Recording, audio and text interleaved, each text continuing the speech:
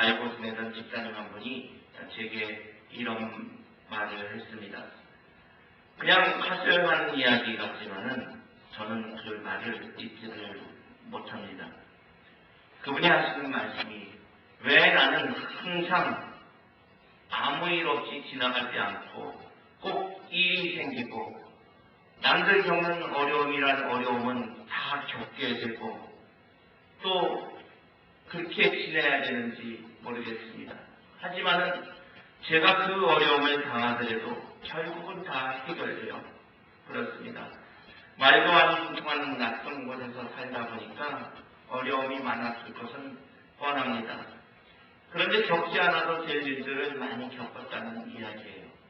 차를 산 지 얼마 안 돼서 그 차가 타이밍벨트가 나가면서 차 엔진을 통째로 갈아야 되는 그러한 일이 생기고요. 심지어는 그 차를 맡겨서 수리가 다 끝나서 가지고 오는 그 길에 그 차가 트럭에 받쳐가지고 또 그 차는 다시 수리를 해야 되는 그런 것. 그런 일을 그분이 당했을 때 얼마나 그런 생각을 했겠습니까? 왜 사고가 나만 따라다니는 건가? 왜 나에게는 그렇게 어려운 일만 나에게 생기는 것인가? 그분이 사업체를 인수했는데 그 사업체가 잘못된 그러한 물건이어서 사기를 당한 것과 같은 그러한 상태가 되었을 때 엄청나게 마음고생을 많이 했다고 그렇게 고백을 하였습니다.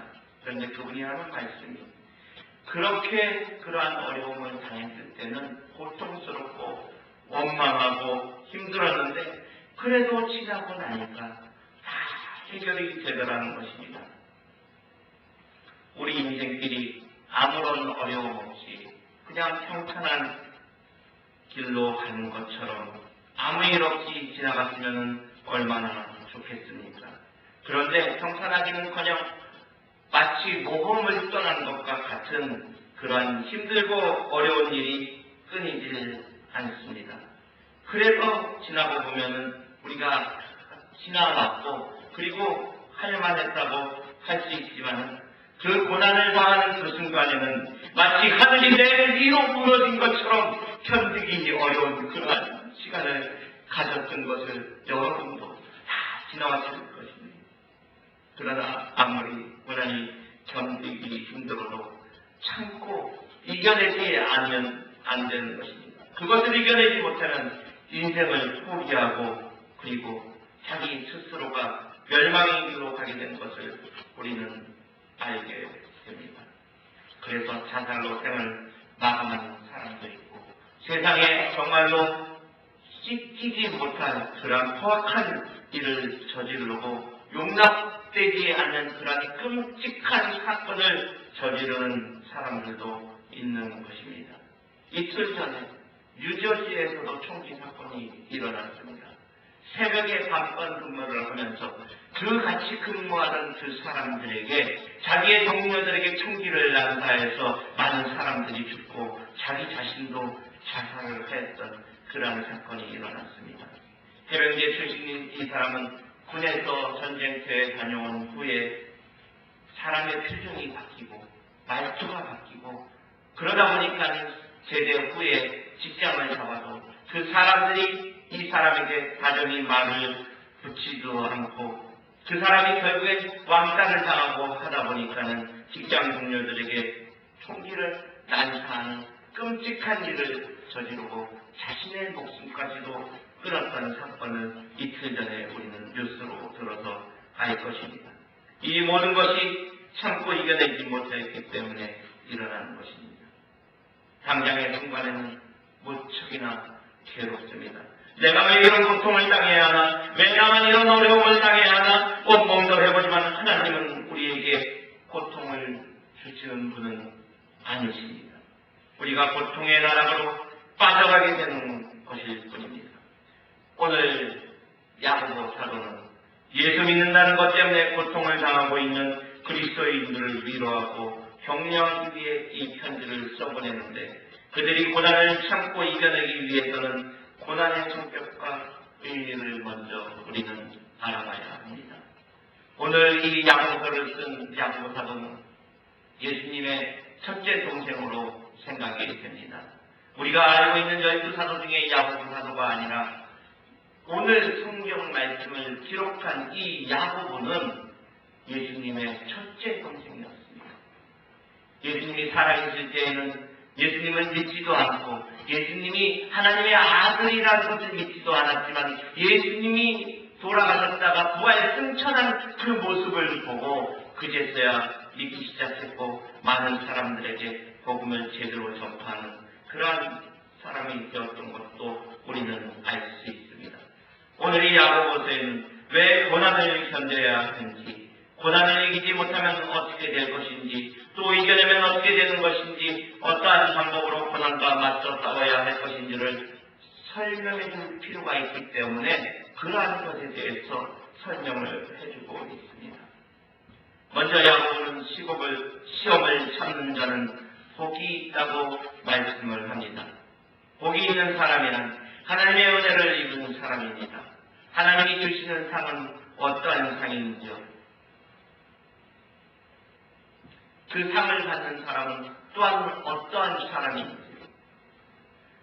여기서 시험을 찾는 자는 복이 있다고 했는데 그 시험이란 무슨 시험일까요? 아마 일반적인 의미로서 어떠한 형태의 시험이든지 그것을 다 포함할 수 있을 것입니다. 그렇지만 오늘 본문 말씀에는 특별히 믿음 때문에 받는 그러한 시험을 염두에 준 것으로 보입니다. 왜냐하면 그 시험을 이긴 사람에게는 생명의 면류관인 월계관을 준다라고 그렇게 말씀을 하셨기 때문입니다. 고대 그리스 사회에서 면류관은 올림픽에서 우승자에게 주어지는 상을 의미합니다. 원래 그리스 사회에서 스포츠라는 그것은 굉장히 지금의 스포츠 우상들과 같은 그러한 위치에 있었던 것을 알 수가 있고 그 스포츠 우승자에게 면류관을 준다는 것은 월계관을 준다는 것은 마치 왕과 같은 대접을 하겠다 하는 그런 의미가 되는 것입니다. 그러므로 스포츠 우승자에게는 왕에 해당하는 최고의 영예를 부여했습니다. 지금은 모든 경기에서나 또는 우승자에게 월계관 대신에 메달을 주고 트로피를 주고 하지만은 한 종목 마라톤 우승자에게는 월계관을 씌워주는 것을 우리는 알 수 있습니다. 우리 청소년들도 지금 열심히 하프 마라톤 대회를 연습을 하고 있습니다. 저희 청소년들 가운데서 전체 1등은 아니더라도 연령별 1등을 하는 그러한 청소년이 나와서 월계관을 쓰는 기쁨을 누리는 청소년이 나오기를 기도합니다. 어쨌든 월계관은 보편적인 것이 아니기 때문에 오늘 우리가 이 말씀을 읽을 때 생명의 메달 또는 생명의 트로피를 받을 것이라고 그렇게 생각하면 쉽게 이해가 될 것입니다. 하나님께서 우리에게 주시는 가장 영예로운 선물로서 영생을 주시는 것입니다. 영생을 선물로 받는 것입니다. 누가 그 영예를 받느냐 하면은 시험을 이긴 자가 그 선물을 받는다고 그렇게 말씀을 하십니다. 우리의 예수에 대한 믿음을 뿌리뽑으려고 다가오는 시험들, 우리로 하여금 범죄하게 하는 유혹들, 이러한 시험에 굴복하지 않고 이겨냈을 때 하나님께서 우리에게 큰 영예를 주실 것입니다. 그것을 알고 소망한다면 지금 우리가 당하는 고난이 아무리 크고 어려워도 견디기 어려운 그러한 유혹 앞에서도 우리는 그 마음을 지킬 수가 있습니다. 사도 바울 역시 로마서 8장 18절에 이렇게 말씀하십니다. 현재의 고난은 장차 우리에게 나타날 영광과 좋게 비교할 수 없다. 로마의 그리스도인들에게 이렇게 말씀하였던 것을 우리는 볼 수가 있습니다. 13절 말씀에는 시험에 대한 우리의 자세를 다시 한번 일깨워줍니다. 사람이 시험을 받을 때 내가 하나님께 시험을 받는다라고 생각하지 말라는 것입니다. 여기서 시험이라는 단어는 영어로 템테이션이다. 템테이션의 목적은 파괴와 멸망입니다. 하나님이 그러면 우리에게 여러 가지 시험을 주시는데요. 그것이 과연 우리를 파괴하고 멸망하기 위해서 주시는 것일까요? 실제로 우리가 당하는 고난은 하나님이 주시는 것과 마귀로부터 오는 것을 구별하기 쉽지 않습니다. 그래서 모든 고난은 하나님이 주시는 것으로 알고 믿음으로 견뎌야 한다고 그렇게 말씀하고 계십니다. 욥의 고난도 그렇게 시작이 됐던 것을 우리는 알 수가 있습니다. 그런데 하나님이 우리에게 고난을 주시는 목적은 우리가 인내를 온전히 이루어 조금도 부족함이 없는 성도로 성장하기 위해서라고 했습니다. 시험을 주는 목적은 무엇입니까? 우리가 인내를 온전히 이루어서 조금도 부족함이 없는 성도로 성장하기 위해서라고 그렇게 말씀을 하고 계시는 것입니다. 그러므로 하나님이 우리에게 고난을 주셨다면 그것은 우리에게 유익을 위한 것입니다. 우리로 하여금 괴로움을 당하고 그래서 망하도록 하는 그러한 것이 아니라 우리에게 더욱더 성장할 수 있는 그러한 기회를 허락하는 것이 바로 시험이라는 것입니다. 예레미야 선지자도 그렇게 얘기했습니다. 예레미야의 3장 33절에 주께서 인생으로 고생하게 하시며 근심하게 하심은 본심이 아니시로다. 우리가 시험을 받고 우리가 괴로운 것이 하나님이 하고자 하는 그러한 최종 목적이 아니란 말씀입니다. 여기서 사람이 시험을 받을 때 내가 하나님께 시험을 받는다 하지 말라는 말은 시험을 당할 때 하나님이 나를 죽이기로 작정하였구나 이렇게 말하지 말라는 것입니다. 하나님이 나에게 일부러 고통을 주시고 나를 죽이기로 작정하였다고 생각하면 하나님과 나의 사이는 원수관계가 되는 것입니다. 그렇지 않습니까? 그야말로 지혜 없는 결과로 하나님께 불평하고 원망하다가 하나님께 등을 돌리는 그러한 사람들이 이러한 말을 하게 되는 것입니다. 혹시 시험이라는 단어가 자꾸 혼동이 되십니까? 그러면 유혹이라는 단어로 바꿔서 생각해보면 아마 쉽게 우리에게 다가올 것입니다. 유혹이라는 것은 그 사람을 넘어뜨릴 목적으로 어떤 일을 꾸미는 것입니다. 가장 쉽게 생각하면 다른 사람으로 하여금 죄를 짓게 만드는 것이 바로 유혹인 것입니다. 그러므로 다른 사람을 유혹하는 것은 바로 죄입니다. 악한 일입니다. 그렇다면 하나님께서 우리를 죄를 짓게 만든다는 그것이 가능한 것입니까? 하나님께서 죄를 짓는다는 것인데 그것이 가능한 일입니까? 말도 안 되는 일입니다. 그렇기 때문에 야고보가 하는 말이 이렇습니다. 하나님은 악에게 시험을 받지도 아니하시고 친히 아무도 시험하지 아니하시느니라. 물론 하나님이 우리에게 고난을 주십니다. 그러나 그러한 고난은 마치 함정을 파고 그 함정에 우리가 빠져서 나오지 못하게 하는 그러한 것이 아니라 군인들에게 있어서 군인들에게 함정을 주고 그것을 뚫고 나오게 하시고 그 진흙창을 주시고 그 진흙창을 뚫고 나오는 사람들만이 그 장애물을 이겨내는 사람들만이 전쟁터에 나갔을 때 그 군인의 목숨을 보존하고 살아나올 수 있기 때문에 그 훈련을 받는 것과 마찬가지로 하나님께서 우리에게 주시는 그러한 고난도 똑같은 것으로 생각하시면 이해가 될 것입니다.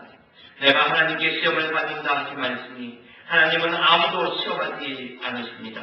시험하실 필요도 없습니다. 만약에 필요하시면 하나님께서는 그 원수 마귀들을 심판하면 되는 것입니다. 일부러 거슬러서 함정에 빠져서 죽게 할 필요가 없단 말입니다. 그런데도 우리가 시험에 빠지는 경우가 많습니다. 구덩이에 빠져가지고 나오지 못해 허우적거릴 때가 있다는 그런 말입니다. 그것은 바로 하나님이 우리를 시험하는 것이 아니라 우리가 자기 욕심에 끌려서 미혹에 이끌린 그러한 결과인 것입니다. 문제는 바로 이 욕심입니다. 욕심이란 인간의 마음속에 존재하는 성품입니다. 이 욕심은 절대로 외부에서 들어온 것이 아닙니다. 마음속에 자리를 잡고 있습니다. 좀 더 원천적으로 얘기하면 욕구라고 할 수 있습니다. 인간에게는 욕구가 있습니다. 행동을 유발하는 가장 근본적이고 강력한 동기가 바로 이 욕구입니다. 기본적으로 생존의 욕구가 있고 더 나아가 만족의 욕구가 있는 것입니다. 행복을 추구하는 것은 인간의 기본권입니다.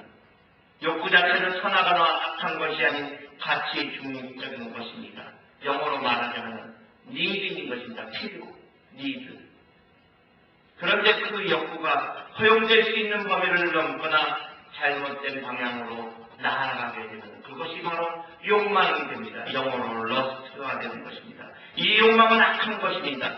가치 중립적이던 욕구가 악한 욕망으로 발전을 한 것입니다. 그리고 이 욕망이 우리의 주위에 널려있는 그러한 유혹과 만나게 됩니다. 우리의 주변에 아무리 유혹이 많아도 내 안에 욕망이 없으면 전혀 문제가 되지 않습니다. 조금도 위험하지 않습니다. 권력을 가진 사람들에게 있어서 가장 큰 유혹은 뇌물입니다. 지금 한국에서는 줄진 그 뇌물 때문에 많은 정치인들, 유명한 사람들, 권력에 있는 사람들이 줄줄이 쇠고랑을 차고 감옥소로 들어가는 것을 우리는 알 수가 있습니다.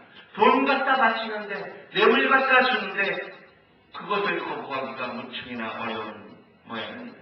그런데 재물에 대한 욕망이 전혀 없는 사람이라면 그 갖다 주는 뇌물이 유혹이 될 수가 없지 않습니까? 마치 최영 장군과 같은 분에게 황금을 보기를 돌같이 하라는 사람에게 황금을 갖다 준들 무슨 소용이 있겠습니까? 엄마금을 갖다 준들 무슨 소용이 있겠습니까? 욕망은 돈에만 국한되는 것이 아닙니다. 모든 사회가 그렇습니다만 특히 현대 사회는 병들어가고 있습니다. 그 병들어가고 있는 그 요인 중에서 큰 두 가지 요인, 한 가지는 돈이요, 하나는 섹스라는 것입니다.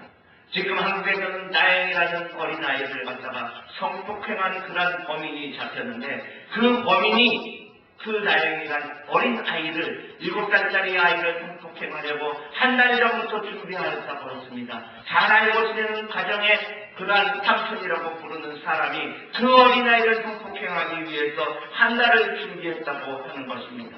성적인 욕망이 사회를 타락하게 하고 사회를 망가뜨리고 위험하게 만들게 되는 것입니다. 그리고 그러한 욕망이 유혹과 만나서 우리 자신을 파괴하고 우리 자신뿐만 아니라 가정을 파괴하고 사회를 파괴하는 그러한 결과를 초래합니다. 오늘 전도사님께서 아까 예배 전에 찬양하시면서 그 기도할 때 하신 그 말씀처럼 한국 사회가 약한 자들을 폭행하고 어렵게 만드는 그러한 사회로 가고 있습니다. 마치 10년 전에 미국이 그랬던 것처럼 5년 전에 일본이 그랬던 것처럼 그러한 나쁜 것을 지금 한국 사회는 따라가고 있는 것을 우리는 볼 수가 있습니다. 왜? 무엇 때문에? 하나님과 멀어져 있는 것이기 때문입니다. 하나님과 멀어지기 때문입니다. 결국 파괴와 멸망은 우리 자신부터 시작되는 것인데 그것이 바로 하나님과 멀어지고 그것은 하나님으로부터 온 것은 아니라는 것을 우리는 알아야 합니다. 자기 욕심에 끌려서 미혹된다는 표현은 물고기가 미끼를 문다는 그러한 뜻입니다. 우리 신지사님 낚시 가셔서 많이 미끼를 던져보고 그렇게 했겠지만 그 미끼를 던질 때 그 미끼 안에 바늘을 감춰두지 않습니까? 그 눈앞에 있는 맛있어 보이는 그러한 미끼가 보이면 그 물고기는 그것이 그냥 미끼인지도 모르고 맛있는 벌레나 맛있는 음식인 줄 알고 그것을 덥석 물게 되는 것입니다. 미끼를 무는 순간 물고기는 영문도 모르고 그냥 물 밖으로 나오게 되는 것입니다. 마치 우리가 유혹을 당하여서 구덩이에 빠지는 것이 낚시에 달려있는 미끼를 무는 물고기와 같이 덥석 그 유혹을 무는 것과 똑같은 것을 우리는 알아야 합니다. 그러한 유혹에 빠지지 않기를 주님의 이름으로 기도합니다. 15절 말씀은 너무 유용해서 교회에 앉아있는 사람들도 자주 인용을 합니다. 욕심이 인자는 죄를 낳고 죄가 장성한 즉 사망을 낳느니라. 우리가 경험한 바와 같이 죄를 범하는 데는 단계가 있습니다. 먼저 욕망의 단계입니다. 여자를 보고 또는 남자를 보고 마음의 음욕을 품는 자는 이미 가늠하였다는 것은 예수님께서 우리에게 주신 말씀입니다. 예수님의 말씀에 따르면 욕망 자체도 죄입니다. 그러나 우리는 거기서 멈출 수가 있습니다. 그 욕망이 우리에게 생겼다고 하더라도 스톱을 할 수가 있습니다. 그렇지만은 다윗같이 옥상에 올라갔다가 아름다운 여인이 목욕하는 보고 그러한 것을 보고 음력이 생겼지만 멈췄으면은 그냥 내려왔으면은 아무 일도 생기지 않았었겠지만은 다윗은 그것을 제어하지 못했습니다. 그리고 그것을 얻기 위해서 계획을 세우고 그 여인을 불러들이고 결국에는 남의 아내인 것도 알면서 가늠하게 됩니다. 한번 갈등이 걸리면 멈추기 어려운 것이 인간의 욕망입니다. 그렇게 범죄하고 나서는 그 위대한 다윗왕이 하나님의 아들로서 인정을 받은 하나님의 기름 부은 제사장으로서의 인정을 받은 그 왕이 범죄하고 나서는 그것을 꾸미려고 그것을 감추려고 음모를 꾸미고 그것도 안 되니까 그토록 충성스럽고 정직했던 부하를 우리 아들 살해하게 이릅니다. 이것이 죄의 속성입니다.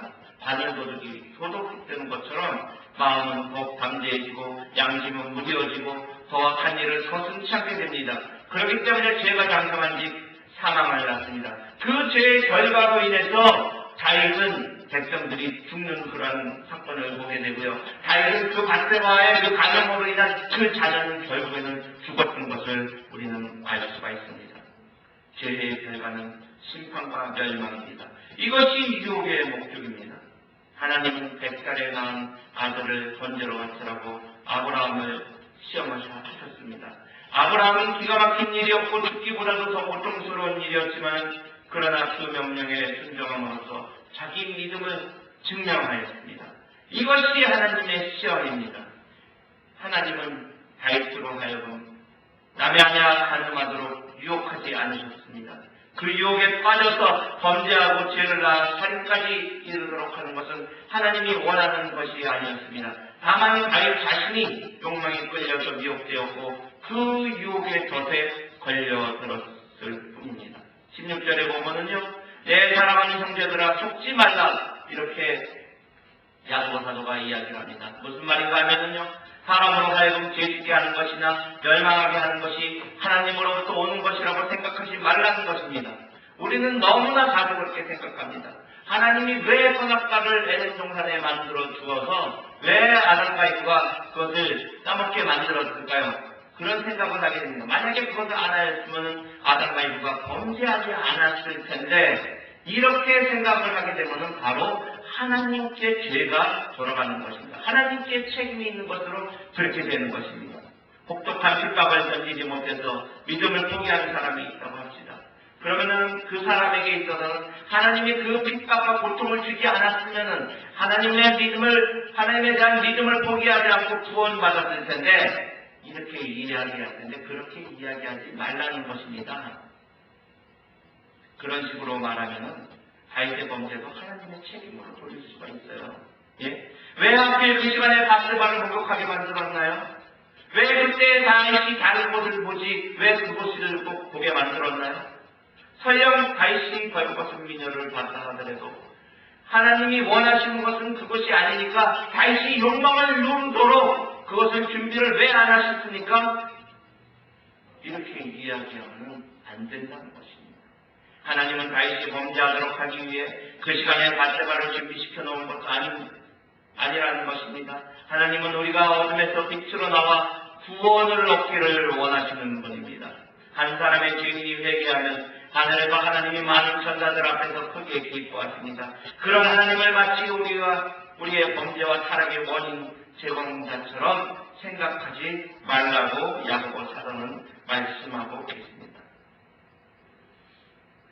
그 다음 절에 계속해서 보면은요, 온갖 좋은 은사와 온전한 선물이 다위로부터 빛들의 아버지이신 하나님 아버지께서 우리에게 내려온다고 말하십니다. 그는 변함도 없으시고 회전하는 그림자도 없으십니다. 그런 좋은 아버지가 마음이 변해서 우리를 괴롭히고 유혹에 빠지게 할 수는 없다는 것입니다. 회전하는 그림자도 없다는 말은 어떠한 미동에서 움직이지도 않는 그러한 분이 하나님이시라는 그러한 것입니다. 그러므로 시험을 받을 때 내가 하나님께 시험을 받는다고는 꿈에도 생각하지 말아야 합니다. 하나님의 뜻은 우리로 하여금 예수 그리스도를 통하여서 거룩하고 흠없는 자녀가 되게 하는 것입니다. 첫 열매는 모든 수확물 가운데서 특별히 선택되어 하나님께 바쳐지는 것입니다. 모든 뒷동물 가운데 하나님은 우리를 그렇게 선택하셔서 하나님의 자녀가 되게 하셨습니다. 그래서 진리의 말씀으로 우리를 낳으셨다고 말합니다. 우리가 자녀를 낳아야지 우리 자녀가 되는 것이지, 우리가 낳지 않았으면 우리 자녀가 되겠습니까? 물론 우리의 자녀라고 낳지 않고도 아답해서 우리가 자녀로 삼는 경우도 있습니다. 그런데 그 자녀를 삼아놓고서는 올무를 그 앞에서 두어서 넘어지게 하실 분이 하나님이 아니라는 것입니다. 그런 자녀에게 시험을 주신다면 하나님께서는 그 이유가 거룩하고 흠이 없게 만들려는 것이지 유혹에 빠져서 우리를 범죄하게 하려는 것이 아닌 것을 우리는 알아야 합니다. 그러므로 우리가 시험을 받을 때 하나님이 나를 죽이기로 작정하였구나 이렇게 생각하지 마시고 하나님이 나를 단련하셔서 흠이 없는 자녀로 만드시려구나 이렇게 생각하여야 할 것입니다. 우리에게 하나님께서 시험을 주어주셨을 때 그것을 원망하지 말고 그것을 잘 이겨나갈 수 있도록 하나님 아버지 우리에게 믿음을 더하여 주시옵소서, 이 유혹에 빠지지 않게 하여 주시옵소서, 아버지여 저희들에게 인내를 주시어서 하나님 아버지의 귀한 자녀로 삼게 해주신 것 감사합니다라며 감사하면서 하나님 아버지 앞에 더욱더 나아가는 성도님들 되셔야 하는 것입니다. 우리가 어려움을 당했을 때 마치 지금 당장은 내가 죽을 것 같습니다. 하나님 아버지 정말로 너무나 힘들어서 고통스럽고 제가 어떻게 해야 되겠습니까? 제가 죽어야겠습니까? 하나님 아버지 어떻게 해야 되겠습니까? 아버지께서 저희들에게 생각을 주시고 그 모든 생각 속에서 저희들에게 다시 한번 저희에게 기도하게 만드시고 평안함을 주시고 그 평안함을 이기고 난 다음에는 다시는 그러한 죄악에 빠지지 않게 만들어 주시고 하나님께서는 우리를 축복의 길로 나가게 하여 주는 것을 우리는 아셔야 합니다. 왜? 나를 사랑하기 때문에. 우리를 사랑하기 때문에 한 사람을 사랑하기 때문에 지나고 보면 다 아무것도 아닌 것을, 지나가 보면 다 이겨나갈 수 있는 것을 쉽게 포기하지 말라는 것입니다. 쉽게 포기하지 말라는 것이에요. 많은 유명한 연예인들이 자살을 합니다. 그 자살한 사람들의 홈페이지를 들어가 보면 악플들이 엄청나게 많이 달려 있습니다. 그 악플들을 읽으면서 그 사람은 자기 스스로 자기를 죄책감에 빠지게 만들어서 자기 자신을 죽게 만드는 것입니다.